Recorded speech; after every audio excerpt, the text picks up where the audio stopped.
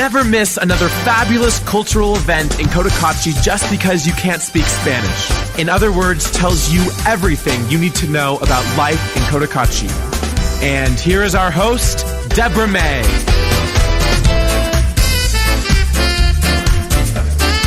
Welcome to In Other Words, the only English language program on public radio in Cotacachi.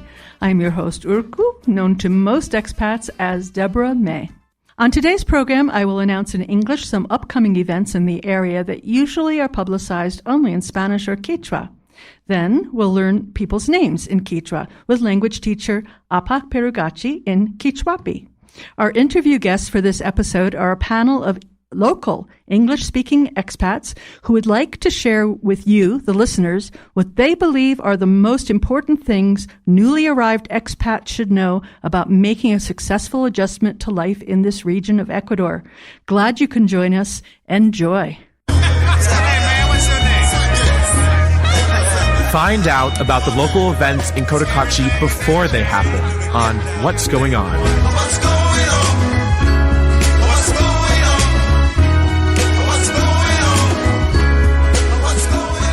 So, what's going on this week in Cotacachi?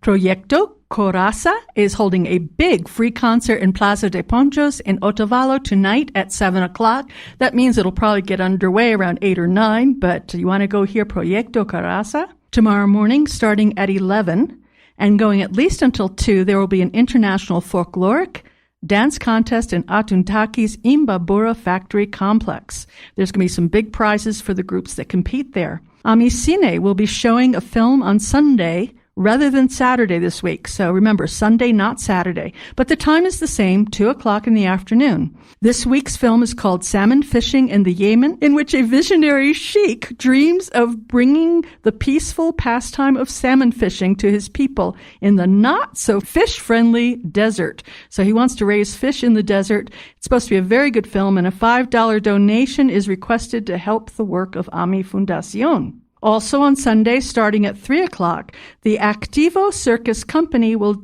present De Tec Divisimos, a circus theater performance for people of all ages in Los Cebos in Ibarra, starting at 3 o'clock. So that's a circus theater performance at 3 o'clock tomorrow in Ibarra, starting at 3. Next Friday, August 31st, the city of Otavalo will kick off Yamor 2018 celebration. They call it the most cheerful party in the friendliest city in the country. You might want to check out the artisanal drinks fair. I think that's beer and other fine drinks at the city park called Alimiqui, starting at 5, just before the huge parade with floats, cultural delegations, dancers, bands, government officials, and corporate sponsors. They will march through the city, starting at Ponce de Leon and going to Parque Bolivar. 10 o'clock p.m. is the official inauguration event of Yamor 2018 in Parque Bolivar with a fireworks display, dancing, and a live band. Now, the celebration of Yamor will continue through September 9th. Also next Friday, season 1 of this radio program ends when I move to Otavalo and Diego Velez takes over as the host of the second season of Cotacachi's only English language radio program, In Other Words. Diego speaks perfect Spanish and perfect English, and he is bicultural as well as bilingual because he was born in Ecuador and later moved to the United States where he taught English for decades. So you'll learn more about Diego when I interview him on my last show next week, August 31st. Just make note, looks like a rap music festival is coming to Cotacachi on September 15th. That will start at 11 a.m. Big name bands will be playing. The event is called Indie Rap Fest 3, and it will feature breakdancing, freestyle battles, hip-hop, graffiti, and body paint. The name and photo for the promotion strongly suggest this is an indigenous cultural event, but open to all. A word from our sponsors. Yannick Pak wants to make sure you know about his bakery, Pandala. Delicious whole grain, sourdough, creative, tasty handmade breads. You can find Pandala Cotacachi on Facebook or call them at 099-368-2314, located on Rocafuerte across from Primavera. Pandala, because life is better while eating. Prana Energia Vital is a family business that offers organic products and handcrafts. They sell books, personal and home care products, all aimed at enjoying life. Their store is located very near Yannick at the corner of 9 de Octubre and Rocafuerte, and it's open Tuesday, Wednesday, and Thursday. Our sponsor, Woof Puppy, dog grooming and pet shop of Cotacachi, gently bathes and grooms your dog, and you'll find high-quality pet food and accessories for every kind of pet. On Pedro Mancayo, near Matriz Park.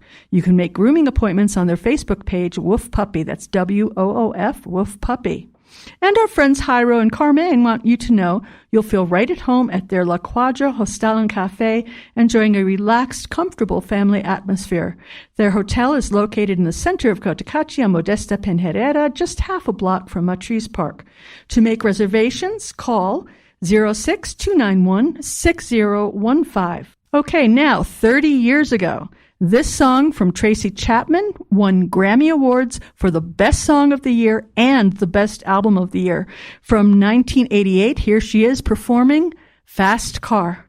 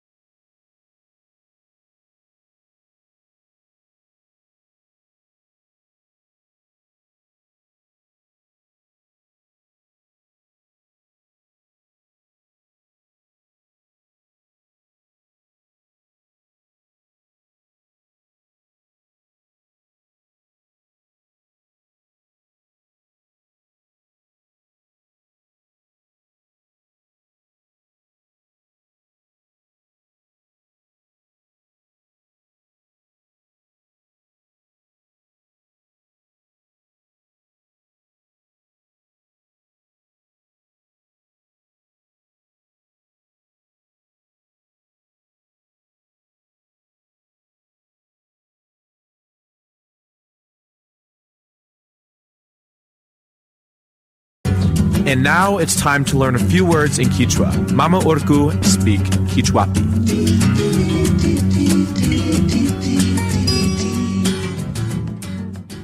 Welcome to another episode of Kichwapi, where Apak Perugachi is going to help me to teach you new words in Kichwa that you might be able to use with your friends and neighbors here in Cotacachi. And for today, we're going to talk about names, how to ask a name, how to say what a person's name is. So let's just begin. How do you say, what is your name? Ima shutita kangi. Ima shutita kangi? Ima shutita kangi.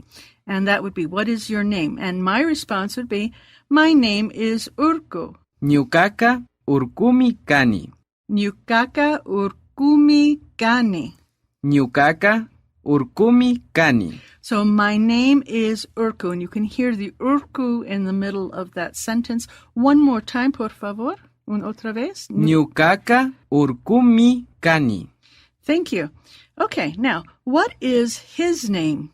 Ima shutitach kangi. So, Ima shutitak. So, Ima is what, and shuti means name. So, you're asking, what is his name? Ima shutitach kangi. His name is Indi. Paika indimi kan. So, in English, literal translation would be he, Indi, is. Okay, can we say that one more time, Paika? Paika intimi kan. Intimi kan. Her name is Tamya. Paika tamyami kan. Paika tamyami kan. Her name is Sisa. Paika sisami kan. Paika sisami kan. His name is Waira. Paika wairami kan. Paika wairami kan.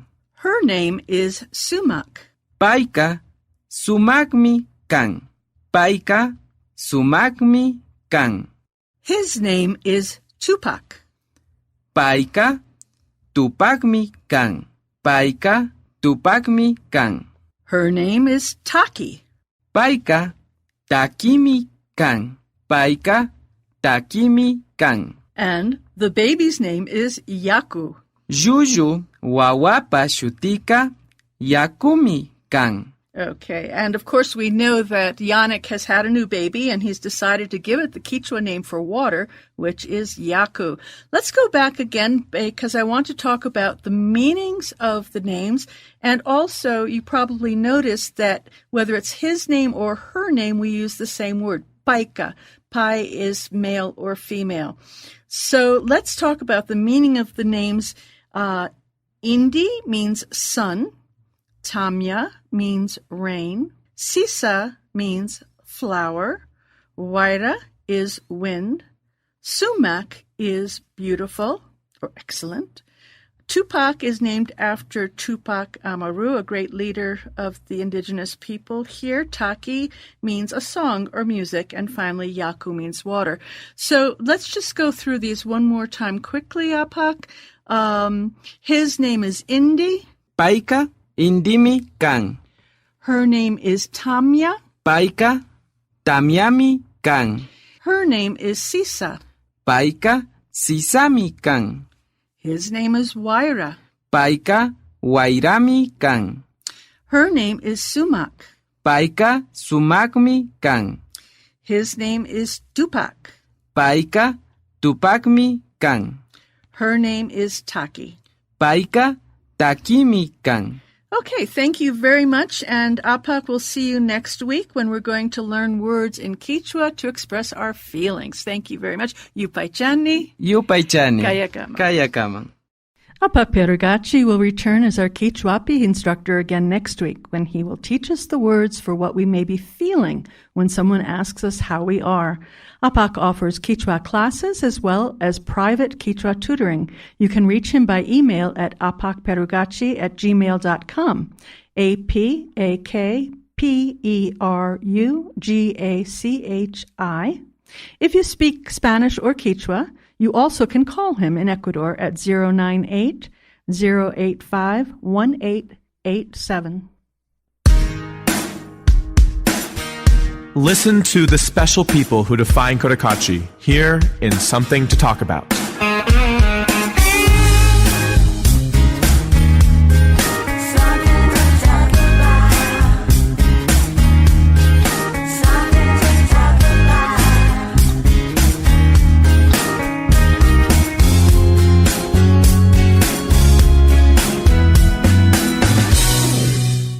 So, what is the most important piece of advice you wish someone had told you before you moved here from an English-speaking country?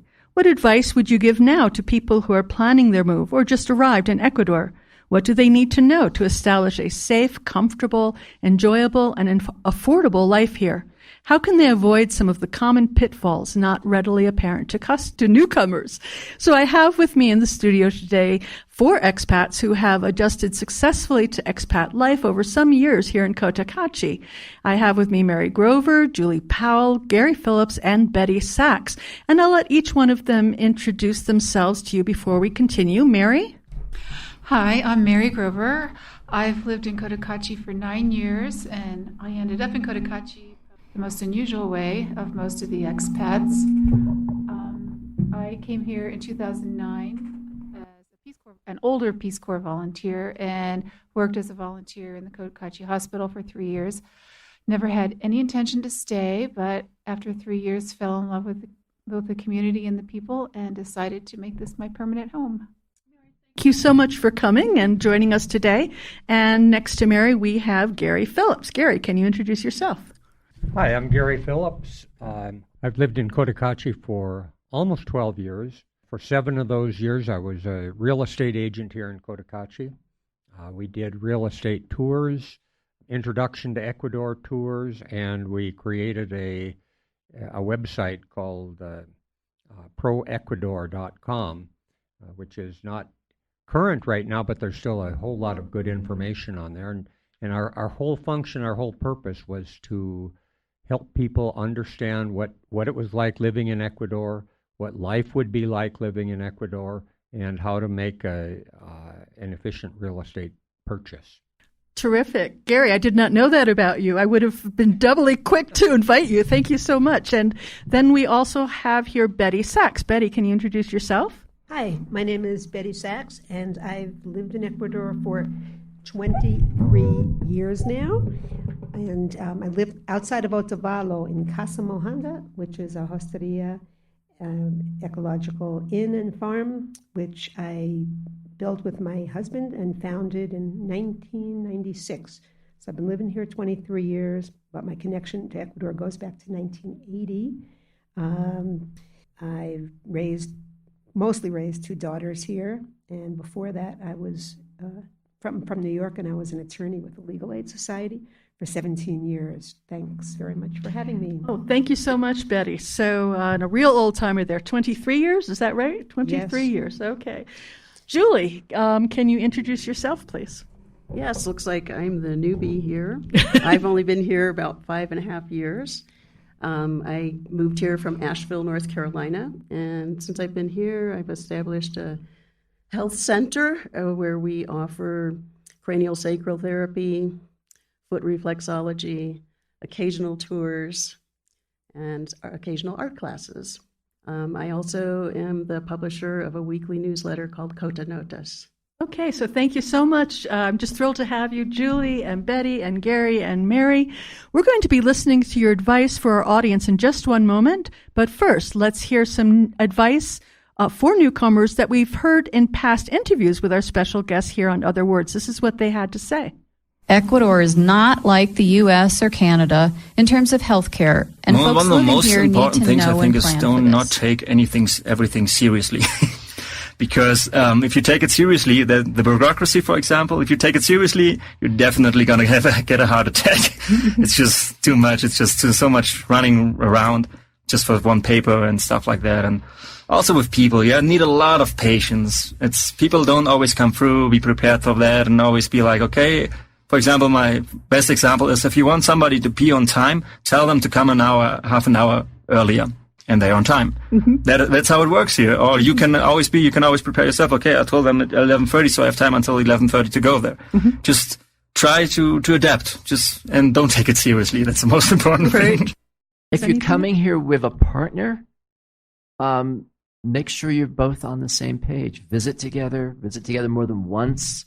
One of the main things I see for people who leave here after coming is one person decides they don't like it. Yes, Shari, that as a professional, if you are a foreigner, in Cotacachi, it's pretty nice to come and live and try to make your own business because it's a small town and why not to try to do your work Si here. tienen familia, hay And muchas if you are with the personas que family, no- also, it's perfect. Read up on Latin American history, on indigenous culture and politics, because it's very much embedded in daily life. And the more you understand about that, be able to understand how to fit in, how to have interesting conversations, and how to contribute to the community. Okay, so that's what some of our past guests have had to say as advice to newcomers. I cannot wait to hear what these folks with me at the table right now have to say, because I know they've had some time to really think about this, and I've asked them to come up with what is the most important advice you could give a newcomer to Cotacachi, and we'll start with Mary. Well, I'll say two things. The two most important things are to be extremely flexible and be able to go with the flow. And the second one is it's very important to learn Spanish, even though people may say it's not important, it's extremely important. Can you talk a little bit more about flexibility and what ways is that going to be helpful to someone here?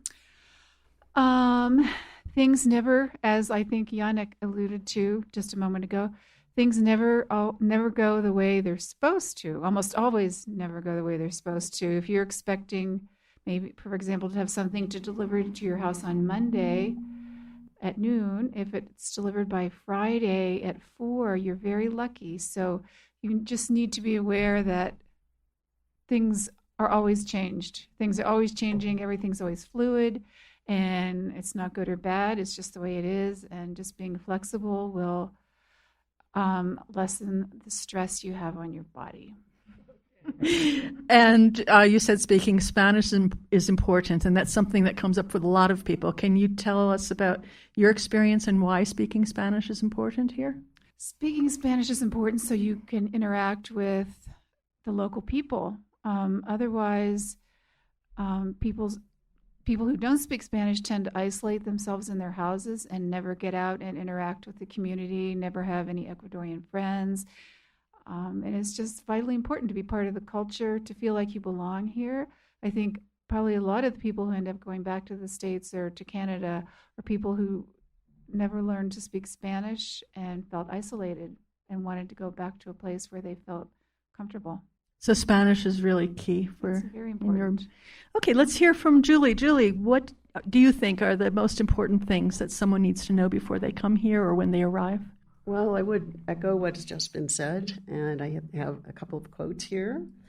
Suzanne Donahue says, learn Spanish.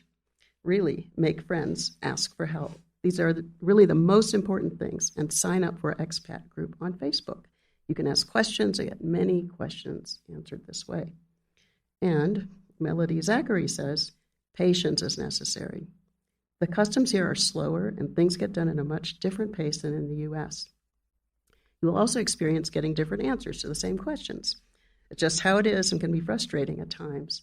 So I think, yes, the ability to communicate with people outside perhaps of your neighborhood is huge. And it'll make a night and day difference in what your experience is like and what the degree to which you'll be able to really participate as a person living here. I think one of the most important things, one of the most, great things is that when you make the effort to learn the language, you can have much deeper friendships and relationships, and it'll make your life here a lot richer, besides the practical things. Right. So besides the practical things, being able to form those friendships with the people who live here, and that really is dependent on one of you at least speaking that you're speaking the same language, either Spanish or English. But because Ecuador does have Spanish as its official language, that's one of the languages we need to learn. Very important. Yes. And I think, as Mary was saying, the flexibility, extremely important. And this happens when, either you learn to be flexible or you're really going to break. So you have to have a little give. You have to be a little bit open to things perhaps going a little differently or at a different pace. and you need to be patient. And I think that for people who are here already, they need to realize with patience that this is a process. So you need patience not only with people around you who may not show up on time and things like that, but also patience with yourself, because you've got to realize this is a process. You don't just come and you're automatically adjusted. It's going to take time. There'll be days when you feel great and days when you want to just like stay in bed. So you just need to know that. Yeah. Okay, so we will be back right after some messages from our sponsors with Gary Phillips and Betty Sachs, who are going to also share what they think is the most important piece of advice newcomers need to know. And we're back with Deborah May on In Other Words. So welcome back to In Other Words. I have with me in the studio today expats or foreigners or immigrants, whatever you want to call us, people from North American countries who've lived here a minimum of 5 years, and we have a maximum here 23 years. So folks have been here quite some time, and that includes Mary Grover, Julie Powell, Betty Sachs, and Gary Phillips. And I'm going to ask Betty now, what are the most important pieces of advice that you would give someone who's thinking about coming to live here in this part of Ecuador, or who has been here for a short time? What do you think they need to know to have a safe and successful adjustment to life here? Well, first of all, I couldn't agree more with everything that's been said so far. So I'll pass those subjects, and I'll move on to having a connection with this country before you come. I don't mean it has to be a concrete connection, but an interest, a reason for being here. Probably people who come here strictly to have live a more economical lifestyle, or live their lifestyle in a more economical way, that's going to be a little bit problematic, I think, because it's a foreign country, it's a foreign culture, and there's a lot more involved in integrating than just coming in and expecting to find the lifestyle that you lived in or aspire to, only less costly. And that may or may not be true. Depending on your lifestyle, it may not be less costly. It may be equally or more expensive. It really depends on the individual. And we're talking about a lot of people, so everything does depend on the individual, even though generalizations can be made. By a connection, I'm thinking an interest in Latin America, some knowledge of Spanish, or maybe just a strong interest in learning Spanish, a real motivation to learn it, possibly family or friends who are down here, work that brings you down here, a work that you would like to do here. It is possible to set up small businesses. They don't always meet one's economic needs, but it's easier to do that here than it might be in the U.S. I think that the other thing I would suggest, which is that people come down here who are not expecting or reliant upon the U.S. medical system and expecting to find that exact system here. I think that people should be prepared to not find here what they found in the U.S., which may or may not be a good thing, depending on who you are. There are alternative therapies here that are widely available, but you won't find the same situation as you find in the U.S. So if your health is poor and you're not confident about changing your health plan or your medical attention, probably moving to a foreign country is not going to be a... I'm hearing from you, Betty, two main points, and they both focus on the fact that Ecuador is a foreign country. So we can live more economically here, but in a foreign context. And also we'll be relying on a foreign medical system that is not going to provide the same kind of services we're accustomed to in the States. Correct. And like everywhere else, having friends and roots and a sense of purpose here is going to be the most important. Anywhere you are, not just Ecuador, you have to have a network of friends and people that you care about, local people, Ecuadorians, expats. You will need that wherever you choose to live. Okay, and that's something I've certainly experienced here in Cotacachi, that there's a really strongly developed network of support for expats as you first arrive, and it stays in place for quite a while. A lot of friendships are made, strong friendships, but then it's good to expand beyond that immediate support network of expats. Gary, I wanted to ask you your what's the most important advice that you can give to newcomers? I would say that one of the key things is research. Do your research. Before you come, start looking on the websites. I mean, there's all kinds of websites out there now that talk about living in Ecuador, problems of Ecuador, crime in Ecuador. I mean, there's any number of websites. We have a website, it's somewhat old. It's called pro-ecuador.com. We've got about 350, 400 pages on there. And while some of the information is dated, there's some information on there that is timeless. And take a look at it. P-R-O-D-A-S-H? P-R-O dash, like line, okay. Ecuador.com. Okay, very good. And then don't be in a rush.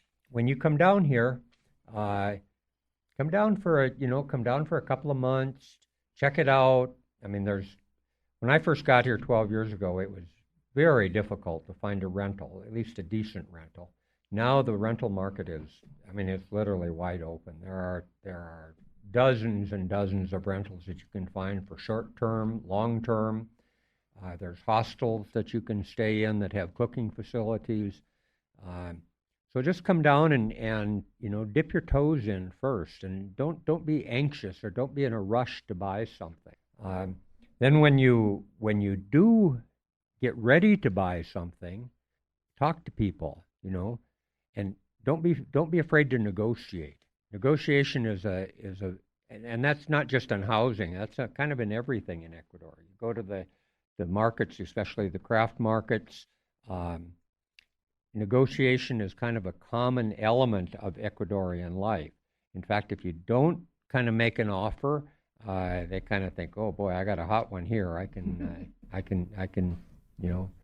make some extra money." I'll give you an example. One time we first got here, we hadn't been here very long, and we were actually decorating an apartment for a client who had bought the apartment. And we went over to Otavalo. He wanted to have a nice painting on the wall, an Ecuadorian painting. So we went to the Otavalo market, saw this very beautiful painting, and I said, "Well, how much is it?" He said, $125. I said, "Oh, that's pretty nice, not bad." And I thought, well, should I offer him $75? And as I was thinking about this, a friend of ours who had lived in Ecuador a lot longer than we had, she came along the street, and I said, "Phyllis, what do you think I should offer for this painting?" She said, "Oh, not more than $25. I said, $25? You got to be kidding. She said, No, 20. I just couldn't bring myself to do it. I turned to him, I said, "How about $35? He said, "Yeah, okay."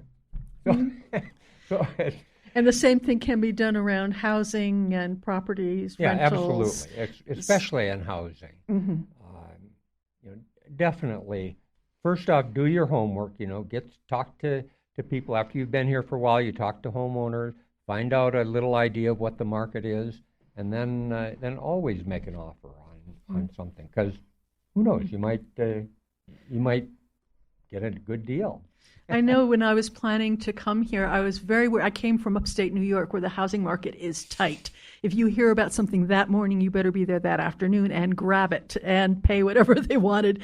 And so I was not at all prepared for Ecuador housing market. And people told me, wait till you get here. And it's true. It's really a buyer's market. It's a tenant's market. There's so much available, and you can negotiate on the prices, as Gary is saying. And if you don't get the perfect place that you had hoped for, don't worry, because the next day you'll find even better place. That's my experience, anyways. So do you? Sure. One more thing. One thing that people don't quite realize here is that the legal system is very different than in the United States. And in the United States, very frequently you can get by with just a written document that you both sign and you date, and it can be kind of a legal thing. Here, nothing is legal unless it is notarized by the the notary's office. Pardon me? And in Spanish. Oh, absolutely. I mean, you have to have if I'm going to hire a cabinet maker to make cabinets for me, and it's $2,000 for what I want to buy, we draw up a contract. We go to an attorney. We draw up a contract. We take it to the notary, and we notarize it. We both sign it. We transfer the money, and if that document is not notarized, it has absolutely no legal value whatsoever. You will be, if he defaults on it, tough. You have no recourse. So that's a very important thing to remember on anything you do in Ecuador. Get a contract. Okay. So we've had our first suggestions from folks here. What would you like to add, Howard? Yes, Mary. Okay, I mentioned the importance of being flexible, and this is something that happened to me this week, and it just happened on my way over here, and it's such a tiny little ridiculous thing to even mention, but it's just an example of the way you need to be flexible. I've been trying to buy, I have a friend who has a little puppy, or it's a dog, who wants flea medicine for the dog, and she can't afford to buy it, so I promised her that I would buy her this flea medicine, and I've been to the veterinary office 3 times, expecting him to be open, and he hasn't been open. And that's just the way it is. And in the States, if you go someplace, you expect it to be open, and if it's not open, you get furious, and why isn't this place open? And so that's just a very teeny tiny example of going with the flow. Thank you, Mary. So would folks like to add something to what's been said or reflect on what's been said, or do you want to read some of the comments that I gave you from our online question? Mary? No, I would like, as we were talking in the break, Gary has a lot of experience, and I'd like for him to maybe talk about why people leave Ecuador, because he knows a lot about that. When I as I said, we got here, within a year we started selling real estate, and after the first 6 or 7 years, I was the only real estate agent in town, and after the first 6 or 7 years, we knew almost everybody in town, and we sold most of the people their properties. Now, 12 years later, very few of the people that we sold properties to are still here. In fact, most of them, most people tended to stay for about 4 years, maybe 4 to 5 years, and then they would leave. And why did they leave, Gary? Well, that's a good question. It's not a bad thing. A lot of people came here. They're retired, and they come here, and for the first 2 or 3 years, there's lots of stuff to do. You can go exploring, you can go to markets. Everything is new and fresh. After 3 or 4 years, you've kind of done it all, and life can get kind of boring unless you have something that you want to do, some kind of a hobby, some kind of a business, and so they just go to. Actually, a lot of people have moved from here to Lake Chapala, Mexico, just because they want to have a different experience. It's not a bad thing. It's just they got the money, they buy a house here, they live for 3 or 4 years, move to another place, they live there 3 or 4 years, they move around. It's kind of a nice way to live a retired life. Mm-hmm. Betty? I would add, back in the day when I came here, people came here with very strong connections and big projects in mind, and actually most of them have stayed, but there were different times. We're talking about back in the day, people who developed tourism facilities and ecological facilities and reserves in different parts of the country, and of course we were younger. Today, I think a lot of people who come who are older, but not necessarily only people who are older, have connections in their original country that are stronger than they thought or anticipated. It could be family members that they want to see more or need to see more for medical reasons, children, grandchildren, all of those things which people don't necessarily consider when they're younger.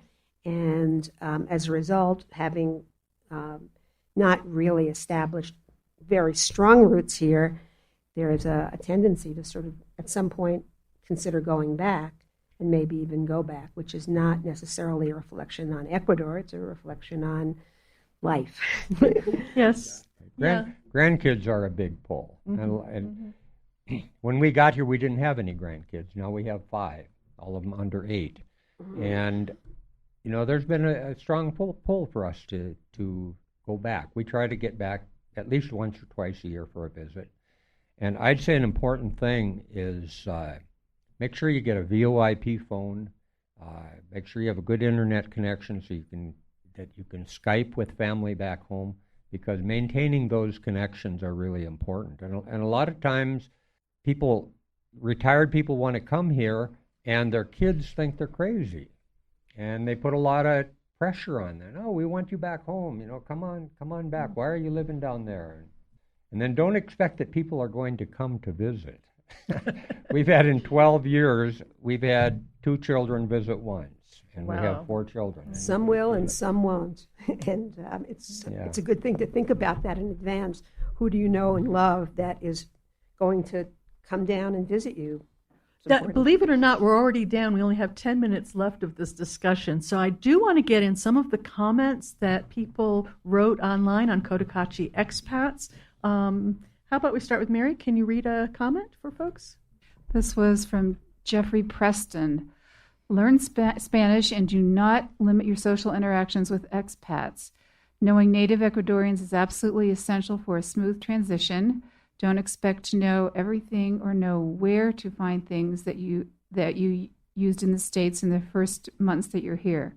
I used to just fly into a panic when I would be cooking and didn't have X, Y, or Z. More than likely it's here somewhere, and when you learn the Ecuadorian name for it, it's just one more check off of your list. Okay, Gary, got a comment? This is from Susie Pranger. Great people. Susie is a language teacher. She speaks perfect Spanish and teaches English people how to speak Spanish. Great people. Say buenos dias, buenas tardes, buenas noches before launching into what you want. Even if paying for goods in a store, don't assume friendships. People here are friendly, but true friendship takes time and commitment. Don't just be a checkbook to someone, and get to know folks before committing to be a godfather or godmother. Okay. And if I could just add a little bit to that. Ecuadorians very often will ask people who have a lot more money than they do to become godparents to their children. Expats should understand if you're asked to be a godparent, it may not be because the family has a special love for you or thinks you're the best person to provide spiritual guidance for their child.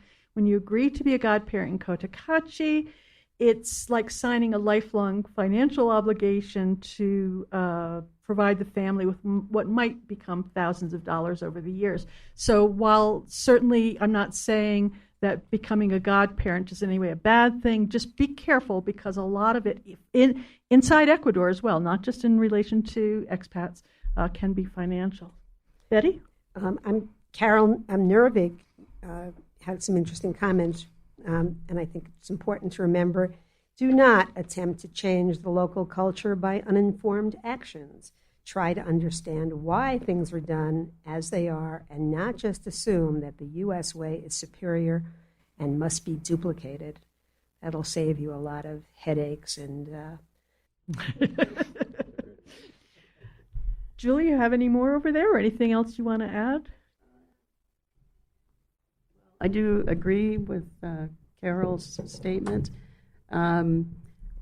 Really, it takes, I would say, the word consciousness, and willingness, openness to learn and to not just be in a fixed attitude in your approach to living here, because it will fail miserably. So again, the emphasis on flexibility. Yeah.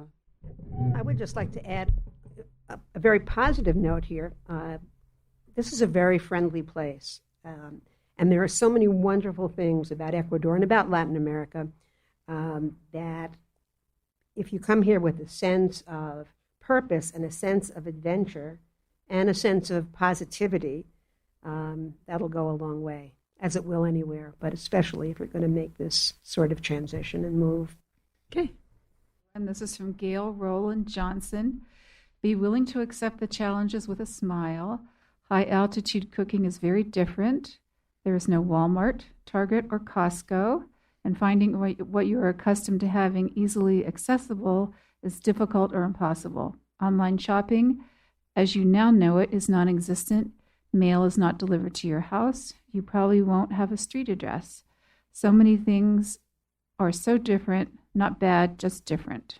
Okay. Rodrigo Flores wrote and said, I think it's very important that people coming here learn a little bit about Indigenous culture and rules to understand and respect us.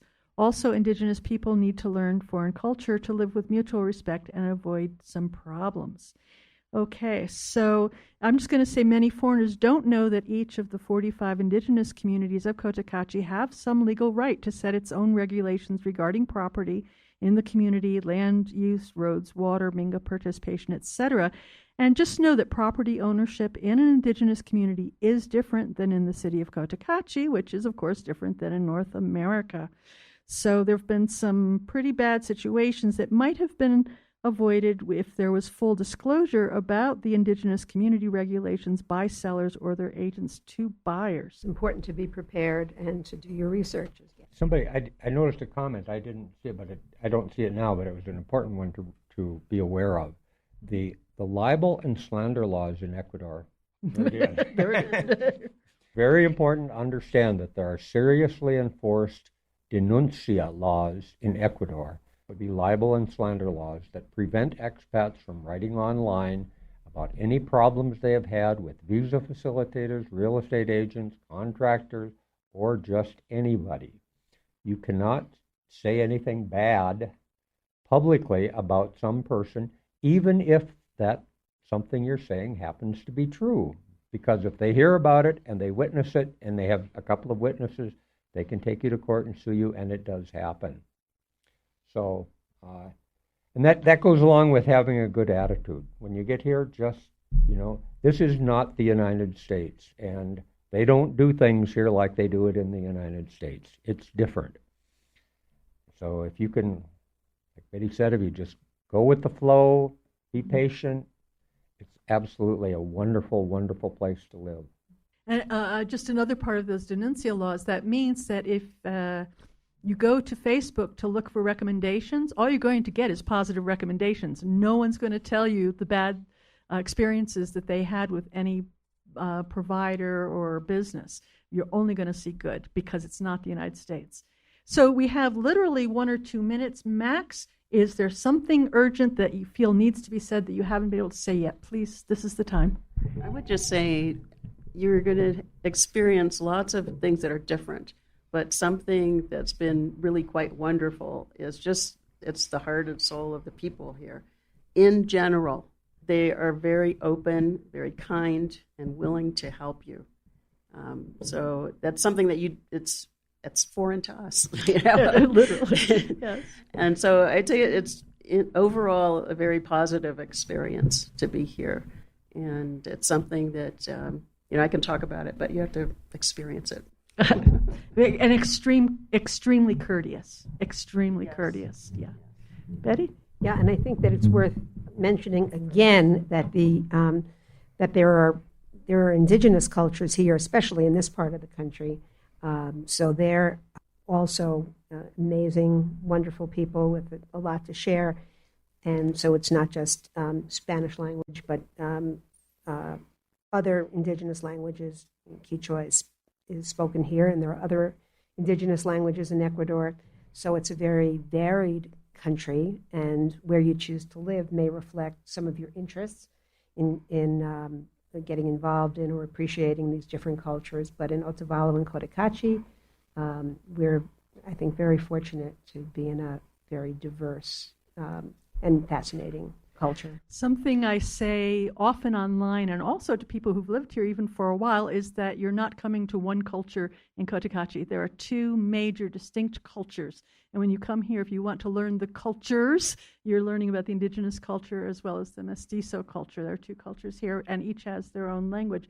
Okay, we have 30 seconds left. Guys, anything pressing? Nothing?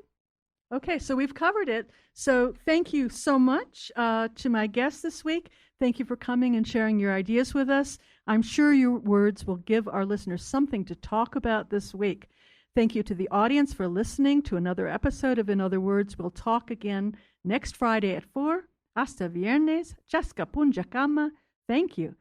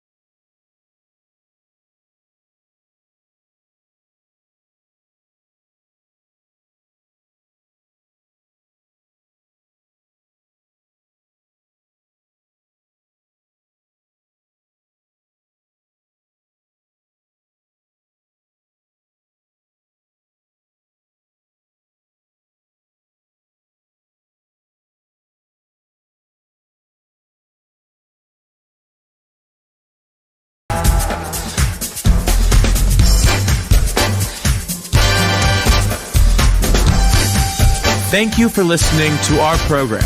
In other words, we'll see you again next Friday at the same time, 4 p.m. on Radio Publica Cotacachi.